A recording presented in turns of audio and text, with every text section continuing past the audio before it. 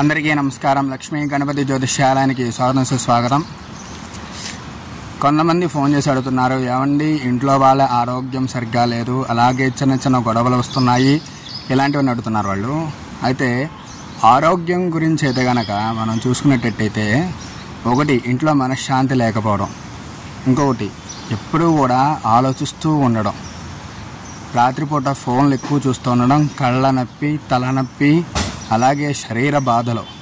ఎప్పుడైతే నిద్ర లేకుండా ఉంటుందో అప్పుడే తలనొప్పి, కళ్ళు నొప్పులు, దాని తర్వాత అలసట వచ్చే అవకాశం అయితే ఉంటాయి. దాంతో ఏమిటి, ఇంకా ఆరోగ్యం క్షీణించిందని అనుకోవాలి కదా.